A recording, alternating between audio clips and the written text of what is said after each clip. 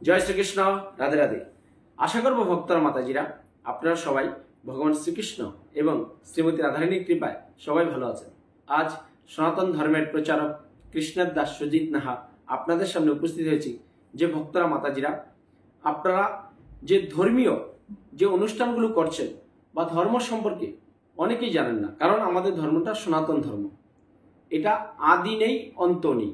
কবে সৃষ্টি হয়েছে একমাত্র ভগবান শ্রীকৃষ্ণ জানেন এবং কবে ধ্বংস হবেন একমাত্র শ্রীকৃষ্ণ জানেন। তাই এই সনাতন ধর্মের বিষয়ের অনেক ত্রুটিনাতি কিন্তু অনেকেই আমরা জানি না। তাই জানার জন্য যারা যারা প্রশ্ন করেছেন তারা আজকে এই ধর্মীয় কথাগুলো অবশ্যই নিষ্ঠার সহিত শুরু থেকে শেষ পর্যন্ত এই ভিডিওর কথাগুলো শ্রবণ করেন। আর ইতিমধ্যে আমাদের এই কৃষ্ণ কথা সুজিত চ্যানেলটা যারা সাবস্ক্রাইব করেছেন তারা অবশ্যই ভগবান শ্রীকৃষ্ণ এবং শ্রীমতী রাধারানীর কৃপা সংগ্রহ করবেন।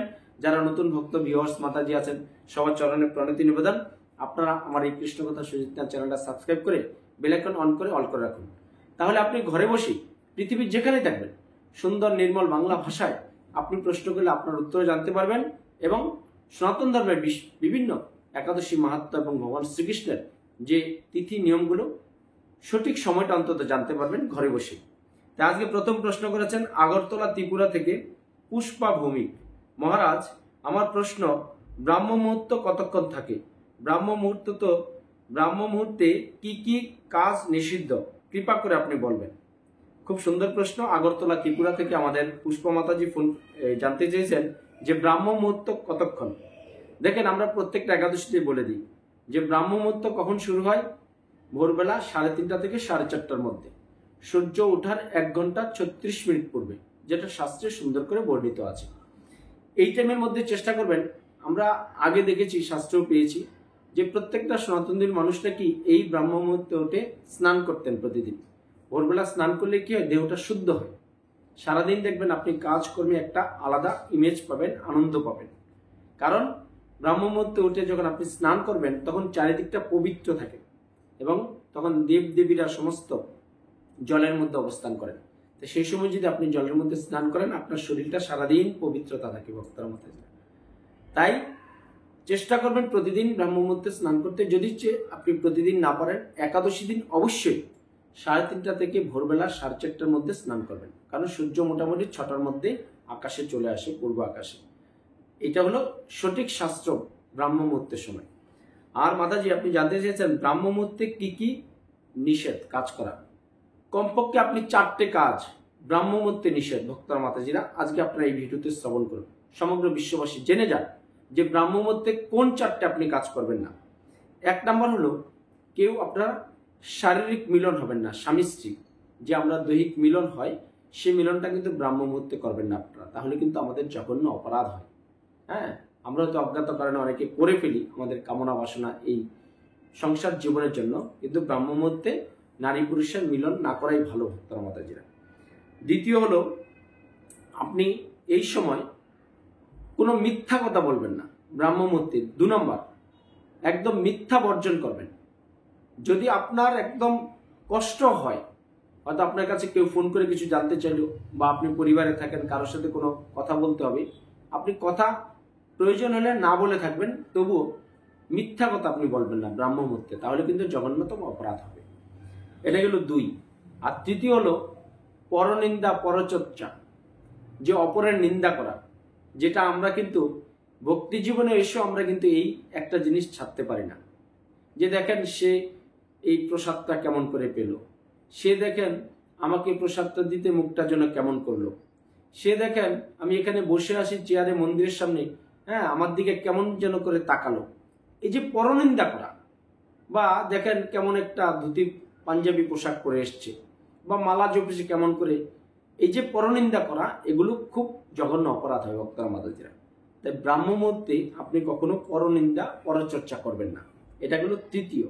আর চতুর্থ হলো, আপনি এই যে ব্রাহ্ম মুহূর্তের সময়টা খুব পবিত্র সময়, এই সময় একদম কোনো জাগতিক চিন্তা ভাবনা বা কামনা বাসনা বা কোনো মনোধর্মী এসব বাজে চিন্তা করবেন না। তাহলে এই সময় আপনি কি করবেন? শুধু ভগবান শ্রীকৃষ্ণের চিন্তা করবেন, শ্রীমতী রাধারানীর চিন্তা করবেন, যে কি করে আমি আজকে সারাদিন সেবা করব ভগবান শ্রীকৃষ্ণকে, কি করে ভগবান শ্রীকৃষ্ণ আমি 16 মালা জপ করব, কি করে আজকে ভাগবতের একটু বেশি অধ্যয়ন করব, গীতা আমি কি করে একটু বেশি পড়ব, কি করে মানুষের একটু উপকার করতে পারবো, হ্যাঁ, কি করে আমি সংসারে একটু কর্ম সাজিয়ে ভগবান শ্রীকৃষ্ণের একটু বেশি করে স্তবস্তুতি করতে পারবো, এই ভালো কিছু চিন্তা ভাবনা করবেন। যদি এই সময় আপনারা কোনো বাজে চিন্তা করেন তাহলে কি হবে, অপরাধ হবে। তাই ব্রাহ্ম মুহূর্তে আপনি বেশি করে ভগবান শ্রীকৃষ্ণের স্তবস্তুতি করবেন। 4টে জিনিস করবেন না: শারীরিক মিলন, বাজে চিন্তা, মিথ্যা কথা বলা আর পরনিন্দা। এই 4টে কাজ থেকে ভক্তরা মাতাজির আপনারা দূরে থাকবেন। তাহলেই ব্রাহ্ম মুহূর্তে আপনি স্নান করে পবিত্র হয়ে ভগবান শ্রীকৃষ্ণের কৃপা সঞ্চয় করতে পারবেন। আজকের দ্বিতীয় প্রশ্ন শিলিগুড়ি থেকে অমিত মোদক। প্রভু, আমি জানতে চাই বছরের সবকটা একাদশী করতে না পারলে কয়েকটা একাদশী করলে কি ভগবানের কৃপা লাভ হবে?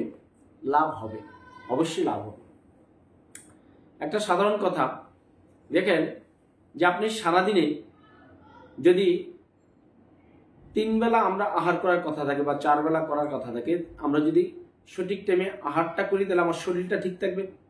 আর যদি আমি 1 বেলা করি, 2 বেলা করি না, 2 বেলা করি, 3 বেলা করলাম না, তাহলে কি হবে, আমার শরীরটা উইক হবে, আস্তে আস্তে শরীরটা নিস্তেজ হয়ে যাবে। আমি আমার শরীরে যতটা খাবার ইনপুট করব ততটা আমি শক্তিশালী হব, তাই না? বা আমি যতটা শাস্ত্র অধ্যয়ন করব ততটা আমি এগিয়ে থাকব। তাই একাদশী তদ্রূপ, আপনি যতটা একাদশী করবেন ততটাই ফল পাবেন। কিন্তু আপনি যদি ভাবেন যে আমি বছরে এই কটা একাদশী করব আপনার মনোধর্মীর মতো, তাহলে কি হবে, যে একাদশী ব্রত করে আপনি নিষ্ঠার সাথে ভগবানের কৃপা সঞ্চয় করবেন, এর পরবর্তী একাদশীগুলো যদি না করেন তাহলে কি হবে, আপনার একাদশী করে যে আপনি পুণ্য সঞ্চয় করলেন সেটা আস্তে আস্তে ক্ষয় হয়ে যাবে। যেমন আপনি 2 বেলা খেলেন, রাতে খেলেন না, 2 বেলা খেয়ে যে খাবার এই শরীরটা শক্তি সঞ্চয় করলো, রাতে যদি খাবার না খান তাহলে শক্তিটা অপচয় হয়ে যাবে। তদ্রূপ বছরের প্রত্যেকটা একাদশী যদি আপনি না করেন, পূর্ণ সঞ্চয় করবেন, সেটা সাথে সাথে ক্ষয় হয়ে যাবে। তাই প্রভু আপনি চেষ্টা করেন প্রত্যেকটা বছরের একাদশী পালন করার, তাহলে আপনি ভগবান শ্রীকৃষ্ণের কৃপা সঞ্চয় করতে পারবেন। আজকের পরের প্রশ্ন মালদা থেকে স্বপন বর্মন। মহারাজ, হরিনাম করতে করতে যদি কেউ মারা যায় তাহলে কি তার আত্মা স্বর্গে যেতে পারে? স্বর্গে কেন?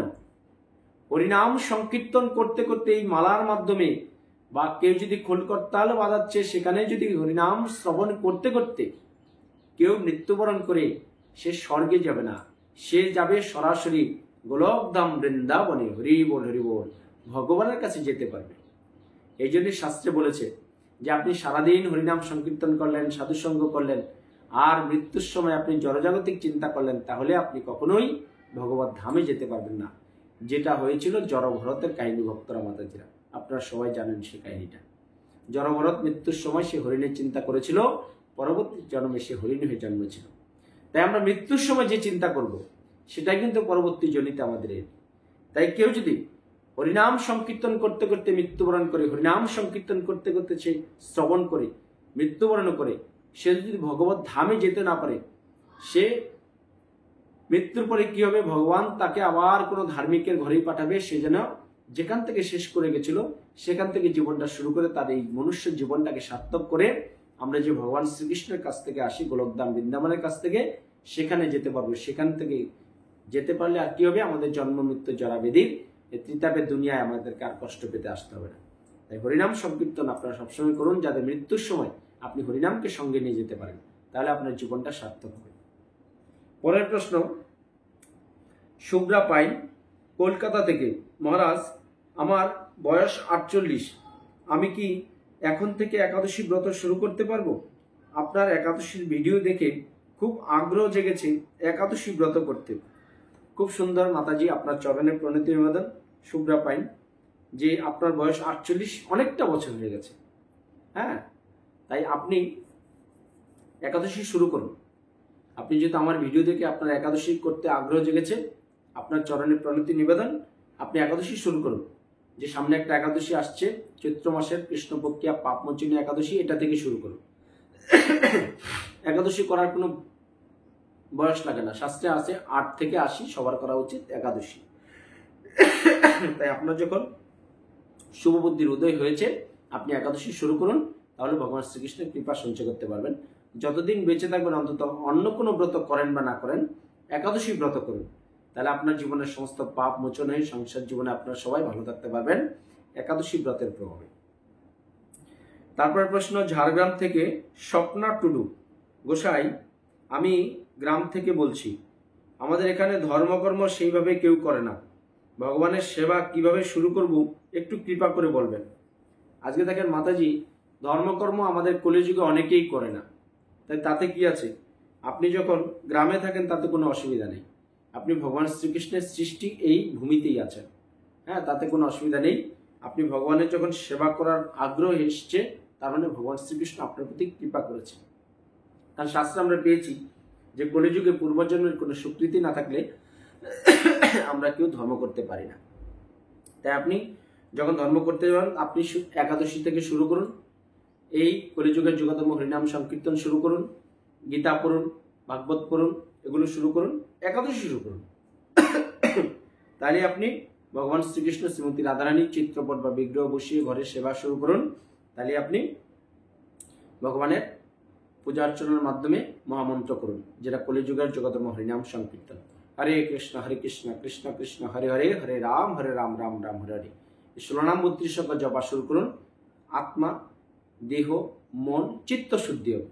চিত্ত শুদ্ধি হলে আপনার ভগবান শ্রীকৃষ্ণের সেবা এমনি মন থেকে আসবে। তাই যারা প্রশ্ন করেছেন তাদের উত্তর আপনারা জেনে নিলেন। যারা প্রশ্ন করতে চান, আমাদের হোয়াটসঅ্যাপ ফোন নাম্বার আছে, কমেন্টে আপনার জানার কিছু থাকলে কমেন্ট করুন।